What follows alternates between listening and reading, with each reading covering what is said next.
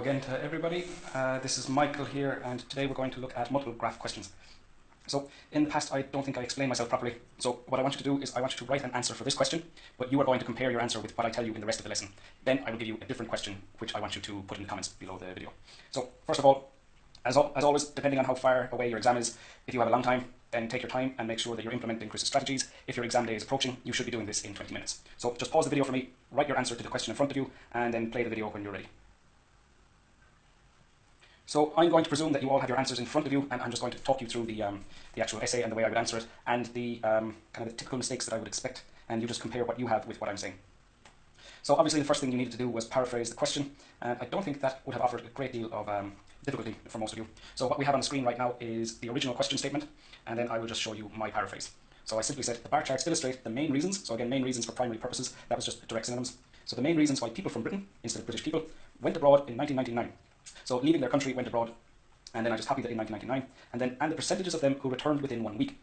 So again, it's pretty much the exact same. The only comment I would have is on this word here, the percentages, because normally I wouldn't even look at the question when I'm paraphrasing. In fact, it's not necessary. But for today's paraphrase, I went with percentages because I couldn't think of a good synonym for the amount. And I just had a quick look at the chart, and you can see it's all in percentages there, so I can just use that word instead of copying the amount. Now, with the overview, when you're doing a multiple chart question, the first thing that you need to do is to look at the two charts and check if the charts are comparing information. So here we're looking at the purpose of leaving, so some for holiday and some for work or study, so just two categories. And what we want to see is, in the second chart, are we also looking at information about the purpose of leaving? So are we looking at people going on holiday and people going for work or study? So the second chart is about the percentage of people who left for less than a week.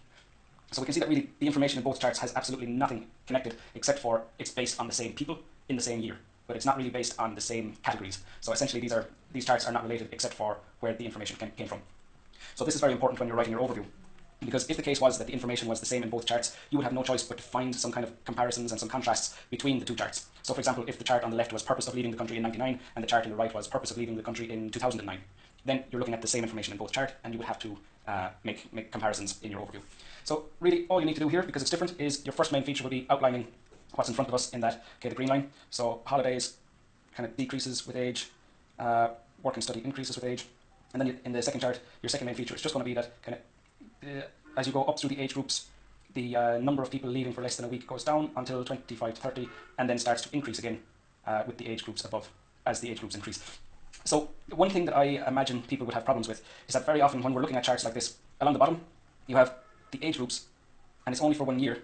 So you're not really looking at as people get older, because these people are not getting older. This is the same group of people. Each group is a completely different group of people. So we cannot say as people got older, or as people got younger, or anything like that, because the people's ages aren't changing.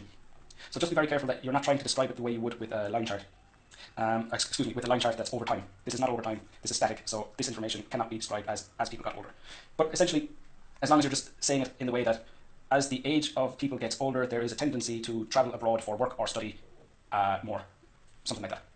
So first key feature is, for me, would just be this one went down, this one went up. I'm saying it myself now, but basically that there's an increase as the age group goes up, a decrease as the age group goes down for holiday, and then this kind of goes down and up again. So that's essentially what you're going to have in your overview. In previous lessons I wrote an overview and I showed it for you, but in Chris's feedback he was saying, when I was on holiday, Chris did feedback and he was saying that most of you wrote very good overviews, basically because you were able to use mine as a kind of a crutch.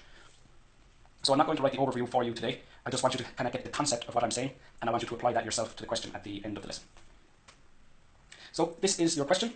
So again, we're looking at age groups, and we're looking at 1 year, which is 2017. So it's kind of the same things that I was describing in the previous, with the previous slide, that I'm expecting or hoping that you will kind of have understood and that you'll be able to apply to this. For your details paragraphs, remember to include only the important information, so not every piece of data, but also I want to see some adjectives and some adverbs in there again. So a short lesson today, but it's just to give you, kind of hand back the writing to you, and I want you to be able to kind of approach it with a little bit of guidance instead of using more of what I've done as a crutch. So that's all for today. Again, looking forward to seeing your answers, and I'll be back tomorrow with a more detailed feedback lesson, just because today was a bit more sparse than normal. Okay, thank you all. Bye bye now.